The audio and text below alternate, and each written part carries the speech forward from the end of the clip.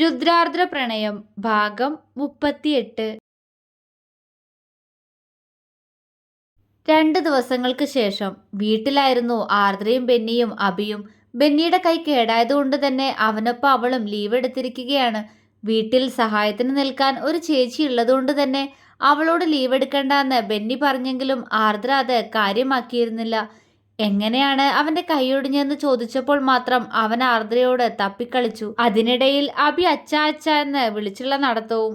ആർദ്ര സംശയത്തോടെ അഭിയെ നോക്കിയപ്പോൾ ബെന്നി പെട്ടെന്ന് കുഞ്ഞിനോട് മറ്റെന്തൊക്കെയോ പറഞ്ഞ് അവന്റെ മനസ്സ് മാറ്റിച്ചു. എന്നാൽ അഭിക്ക് അച്ഛനെ കാണാൻ ആഗ്രഹം തോന്നുന്നുണ്ടാവുമെന്ന നോവിൽ ആർദ്രയുടെ കണ്ണുകൾ നിറഞ്ഞിരുന്നു. ഉച്ചയ്ക്ക് കുഞ്ഞിന് പാല് കൊടുത്തുറക്കി അവനൊപ്പം ബെഡിൽ കിടക്കുകയായിരുന്നു ആർദ്ര. അവളുടെ കണ്ണുകൾ ഫോണിൽ കാണുന്ന ഫോട്ടോയിലെ പുഞ്ചിരിയോടെയുള്ള ആയുഷിന്റെ മുഖത്താണ്. അവളുടെ പരിഭവങ്ങൾ അവനോട് പറയുകയാണ് അവൾ. പെട്ടെന്ന് അവളുടെ ഫോൺ റിങ് ചെയ്തു. ആർദ്ര വെപ്രാളത്തോടെ ഫോൺ ലോക്ക് ചെയ്ത് കുഞ്ഞിനെ നോക്കി. ഫോണിന്റെ ശബ്ദം കേട്ടതും കണ്ണു തുറക്കാൻ ശ്രമിക്കുകയാണ് അഭി. ഓ ഓ ഇല്ലടാ പൊന്നെ, ഉറങ്ങിക്കോട്ടോ. അവള് കുഞ്ഞിന്റെ വയറിൽ പതിയെ തട്ടിക്കൊടുത്ത് ഫോൺ സൈലന്റ് ആക്കി. വീണ്ടും സൈലന്റ് മോഡിൽ കിടക്കുന്ന ഫോൺ വൈബ്രേറ്റ് ചെയ്തു. അവൾ അഭിയെ നോക്കി. ആള് നല്ല ഉറക്കമാണ്.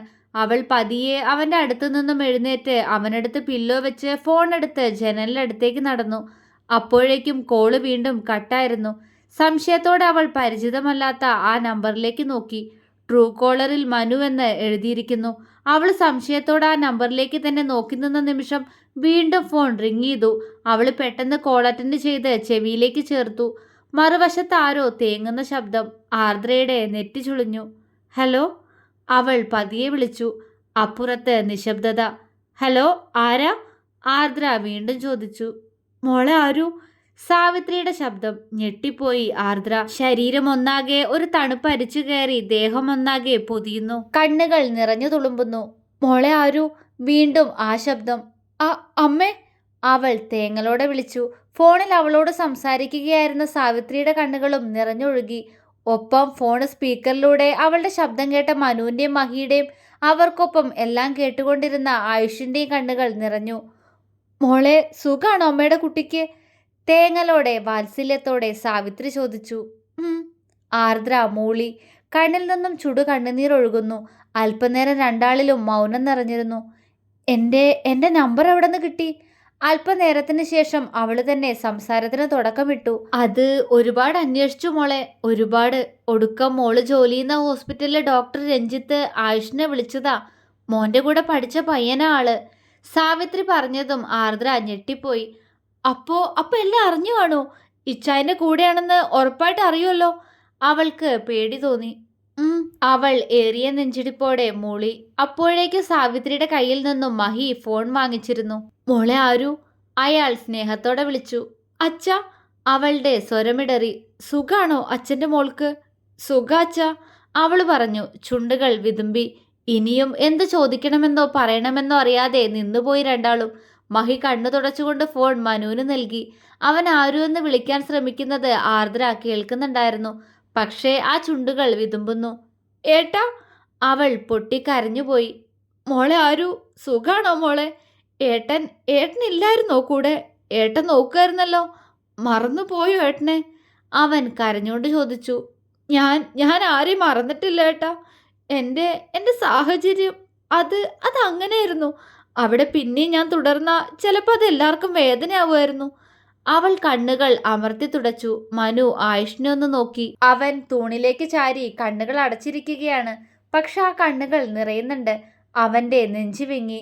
ഇനിയും വേണോ മോളെ ഒളിച്ചുകളി? ഇങ്ങോട്ട് വന്നൂടെ? അവൻ ചോദിച്ചു. ഞാൻ എങ്ങനെ? അവൾ വിതുമ്പി. വരില്ലേ മോളെ, ഇനി ഞങ്ങളെ ഇങ്ങനെ വിഷമിപ്പിക്കണോ? അമ്മയ്ക്ക് ഒട്ടും വയ്യ. നിന്നെ കാണാതായപ്പോ തൊട്ട് ആകെ കരച്ചിലായിരുന്നു. അവൻ പറഞ്ഞതും ആർദ്രയുടെ കണ്ണുകൾ നിറഞ്ഞുപോയി. ഞാൻ വന്ന എന്നെ വെറുത്തു പോയിട്ട് എല്ലാവരും. അവളുടെ ശബ്ദം പതിഞ്ഞുപോയി. കണ്ണുകൾ ബെഡിൽ ഉറങ്ങിക്കിടക്കുന്ന അഭിയിലേക്ക് നീണ്ടു. എല്ലാം ഞങ്ങൾക്കറിയാം, മനു പെട്ടെന്ന് പറഞ്ഞു. ആർദ്ര പകപ്പോടെ ഫോൺ ചെവിയിൽ ഒന്നുകൂടി അമർത്തി വെച്ചു. എന്ത്? അവളിൽ വെപ്രാളം.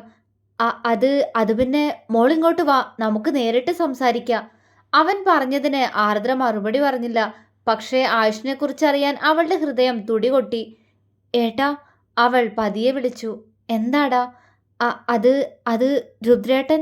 അവളുടെ സ്വരം വിറച്ചു. ആയുഷ് കണ്ണുകൾ വെട്ടി തുറന്നു. കണ്ണുകൾ പുകയുന്നു. വർഷങ്ങൾക്ക് ശേഷം അവളുടെ നാവീന്ന് എന്റെ പേര്. ആയുഷിന്റെ തൊണ്ടക്കുഴി വിങ്ങി. മനു അവനെ നോക്കി. ആയുഷ് വേദനയോടെ അവനെ നോക്കിയൊന്ന് പുഞ്ചിരിച്ചു. ഏട്ടാ, കേൾക്കുന്നില്ലേ? അവന്റെ മറുപടി കേൾക്കാഞ്ഞതും അവള് ചോദിച്ചു. ഇല്ല, എന്താ മോള് ചോദിച്ചേ? മനു വീണ്ടും ചോദിച്ചു. അത് അത് രുദ്രേട്ടൻ എവിടെ? രുദ്രേട്ടനും പാറു അവരുടെ കുഞ്ഞു സുഖമായിട്ടിരിക്കുന്നോ? അവളുടെ വാക്കുകൾ മുറിഞ്ഞുപോയി. ആയുഷിന്റെ നെഞ്ചു വിങ്ങി. ഞങ്ങളുടെ കുഞ്ഞോ? ആദി, എങ്ങനെ തോന്നുന്നു പെണ്ണെ നിനക്കങ്ങനെ ചോദിക്കാൻ? അത്ര പോലും മനസ്സിലാക്കിയില്ലേ നീ എന്നെ? അവൻ മുഖം പൊത്തി ഇരുന്നു പോയി. ഏട്ടാ. ആയുഷിനെ നോക്കി നിൽക്കുന്ന മനുവിനെ ആർദ്ര വീണ്ടും വിളിച്ചു. ആ മോളെ, സുഖമായിട്ടിരിക്കുന്നു എല്ലാരും, അവൻ പറഞ്ഞു. ഉം എന്ത് കുഞ്ഞാ രുദ്രേട്ടന്? അത് ചോദിക്കുമ്പോൾ ഹൃദയം രണ്ടായി പിളരുന്നത് അവളറിഞ്ഞു. കുഞ്ഞില്ലടാ. അവൻ പറഞ്ഞതും ആർദ്ര അമ്പരന്നുപോയി. കുഞ്ഞില്ലേ? ഏട്ടനിത് എന്തൊക്കെയാ? പാറു പ്രഗ്നന്റ് ആയിരുന്നല്ലോ, അവള് ചോദിച്ചു. അതെ, അവള് പ്രഗ്നന്റ് ആയിരുന്നു. അബോഷനായിപ്പോയി, മനു പറഞ്ഞു നിർത്തി. ആർദ്രയുടെ മുഖം മങ്ങിപ്പോയി. ആ കുഞ്ഞു പോയിന്നോ? എൻ്റെ രുദ്രേട്ടന് വേദനിച്ചു കാണില്ലേ? അവളുടെ കണ്ണു നിറഞ്ഞു. അപ്പോ വേറെ കുഞ്ഞൊന്നും ആയില്ലേ ഏട്ടാ? അവൾ വീണ്ടും ചോദിച്ചു. അവരുടെ വിവാഹം കഴിഞ്ഞിട്ടില്ലാരു. അവന്റെ സ്വരം ഒരു ഗുഹയിൽ നിന്നെന്ന പോലെ ആർദ്രയുടെ ചെവിയിൽ മുഴങ്ങിക്കേട്ടു. ശരീരം ഒന്നാകെ ഒരു മരവിപ്പ്. എന്താ? പകപ്പോടെയുള്ള അവളുടെ ചോദ്യം. ആയുഷിന്റെ ചുണ്ടിൽ പുഞ്ചിരി വിരിഞ്ഞു. അതെ, അവരുടെ വിവാഹം കഴിഞ്ഞിട്ടില്ല, മനു വീണ്ടും പറഞ്ഞു. ആർദ്രയ്ക്ക് ഒന്നും മനസ്സിലായില്ല. നെഞ്ചിങ്ങനെ ഇടിക്കുന്നുണ്ട്. അതെന്താ? വിറച്ചു തുടങ്ങി അവളുടെ ചുണ്ടുകൾ. ഉള്ളിൽ എന്തിനോ ഒരു തണുപ്പ്, ആകാംക്ഷ. അത് നിന്നെ അതിനിടയ്ക്ക് കാണാതായില്ലേ, അതുകൊണ്ട് നീട്ടിവെച്ചതാ വിവാഹം. ഇപ്പോ ഡേറ്റ് തീരുമാനിച്ചു. അടുത്ത തിങ്കളാഴ്ചയാ ആയുഷും അവൻ പ്രണയിക്കുന്നവളും തമ്മിലുള്ള വിവാഹം. മനു ആയുഷ് പറഞ്ഞേൽപ്പിച്ചത് അതുപോലെ തന്നെ പറഞ്ഞു. ആയുഷിന്റെ ചുണ്ടിൽ വിജയച്ചിരി വിരിഞ്ഞു. ആർദ്രയുടെ ചുണ്ടിൽ പക്ഷേ വരണ്ട ഒരു പുഞ്ചിരിയാണ്. എന്തിനായിരുന്നു ഹൃദയം കുറച്ചു മുന്നൊരു പ്രതീക്ഷയിലും ഇടിച്ചത്? അറിയില്ല. പക്ഷെ കണ്ണുനീർ കവിളിനെ നനച്ചുകൊണ്ട് കഴുത്തിൽ പതിച്ചിറങ്ങി. ആരു, കേൾക്കുന്നില്ലേ നീ? മനു ചോദിച്ചു. ഉണ്ട്, അവൾ ഇടർച്ചയോടെ പറഞ്ഞു. മോളെ, നീ വരണം ആയുഷിന്റെ വിവാഹത്തിന്. നിന്നെ ഞങ്ങൾ പ്രതീക്ഷിച്ചോട്ടെ? മനു ചോദിച്ചു. ആകാംക്ഷയോടെയുള്ള അവളുടെ മറുപടിക്കായി ആയുഷ് കാതോർത്തു. ആർദ്ര നെഞ്ചുപൊട്ടി മൗനമായി കരയുകയായിരുന്നു മറുവശത്ത്. എൻ്റെ രുദ്രേട്ടന്റെ വിവാഹം, എൻ്റെ മോൻ്റെ അച്ഛൻ്റെ വിവാഹം, കഴിയൂ എന്നെക്കൊണ്ട് അത് നേരിൽ കാണാൻ? അവളുടെ മനസ്സ് അവളോട് തന്നെ ചോദിച്ചു. ഇല്ല, കഴിയില്ല, ഒരിക്കലും കഴിയില്ല. എങ്ങനെ സഹിക്കും ഞാൻ ആ വേദന? എൻ്റെ പ്രാണൻ മറ്റൊരുവളെ സ്വന്താക്കുന്ന കാഴ്ച. ഞാൻ മരിച്ചൂല്ലേ? അവളിൽ നിന്നൊരു തേങ്ങലുയർന്നു. അത് കേട്ട് ആയുഷിന്റെ കണ്ണുകൾ ഈറനായി. മോളെ, വരില്ലേ? എന്തോന്നും പറയാത്തെ? അവൻ വീണ്ടും ചോദിച്ചു. ആർദ്ര പെട്ടെന്ന് കണ്ണുകൾ അമർത്തി തുടച്ചു. അത് ഞാനില്ല ഏട്ടാ. എനിക്ക് അത് കഴിയില്ല, അവൾ വിതുമ്പി. മനുവിന്റെ കണ്ണുകളും നിറഞ്ഞുപോയി. രഞ്ജിത്ത് ആയുഷിനെ വിളിച്ചു പറഞ്ഞു ബെന്നി ബാംഗ്ലൂരുണ്ടെന്ന്. സംസാരിച്ചപ്പോ അവന്റെ കൂടെയുള്ളത് നീയാന്ന് മനസ്സിലായി. രഞ്ജു തന്നെയാ നിന്റെ നമ്പർ സംഘടിപ്പിച്ചു തന്നെ. നിന്നെ വിളിക്കുന്നതിന് മുന്നേ ആയുഷ് ആകെ ഒരു കാര്യം മാത്രമേ ഞങ്ങളോട് ആവശ്യപ്പെട്ടിട്ടുള്ളൂ. അവന്റെ വിവാഹത്തിന് കാണികളുടെ കൂട്ടത്തിൽ നീയും വേണമെന്ന്. മനു പറഞ്ഞു നിർത്തി. ഏട്ടാ, ഞാൻ ആർദ്രയ്ക്ക് എന്ത് മറുപടി പറയണമെന്ന് അറിയുന്നില്ലായിരുന്നു. എന്തിനീ ഹൃദയവേദന? അവള് കണ്ണുകൾ ഇറുകെ പൂട്ടി. നീ അവന്റെ വിവാഹത്തിന് വന്നാ അവൻ ഒരുപാട് സന്തോഷാവും. നിനക്ക് വേണ്ടിയാ വിവാഹം ഇത്രയും നീട്ടിവെച്ചതും. എന്നിട്ടും നിന്നെ കണ്ടു കിട്ടിയില്ല. അതുകൊണ്ട് അവന്റെ വിവാഹം തീരുമാനിച്ചു. പ്രതീക്ഷിക്കാതെ നീ എവിടെ ഉണ്ടെന്നും അറിഞ്ഞു. അങ്ങനെയുള്ള അവന്റെ സന്തോഷത്തിന് വേണ്ടിയെങ്കിലും നിനക്ക് ഈ വിവാഹത്തിന് പങ്കെടുത്തൂടെ മോളെ? അവന്റെ സ്വരത്തിൽ യാചന. ഏട്ടാ, ഞാൻ, അവള് കരഞ്ഞുകൊണ്ട് വിളിച്ചു. അവനത് വലിയ സന്തോഷാവും, മനു വീണ്ടും പറഞ്ഞു. ആർദ്ര തല ജനലിലേക്ക് അമർത്തി വെച്ചു. അതെ, എൻ്റെ രുദ്രേട്ടൻ ഹാപ്പി ആയിരിക്കണം എപ്പോഴും. അതല്ലേ ഞാനും ആഗ്രഹിച്ച്. അതിനുവേണ്ടി തന്നെയല്ലേ ഈ ഒളിച്ചോട്ടം? അവൾ ഓർത്തു. ആരു, കേൾക്കുന്നില്ലേ? മനു വീണ്ടും ചോദിച്ചു. ഞാൻ വരാം ഏട്ടാ. അവളുടെ സ്വരം തണുത്തുപോയി. ആയുഷിന്റെ കണ്ണുകൾ വിടർന്നു, ഒപ്പം മറ്റുള്ളവരുടെയും. സത്യാണോ മോളെ? സാവിത്രി പെട്ടെന്ന് ഫോൺ വാങ്ങിച്ചുകൊണ്ട് ചോദിച്ചു. വരാം അമ്മേ.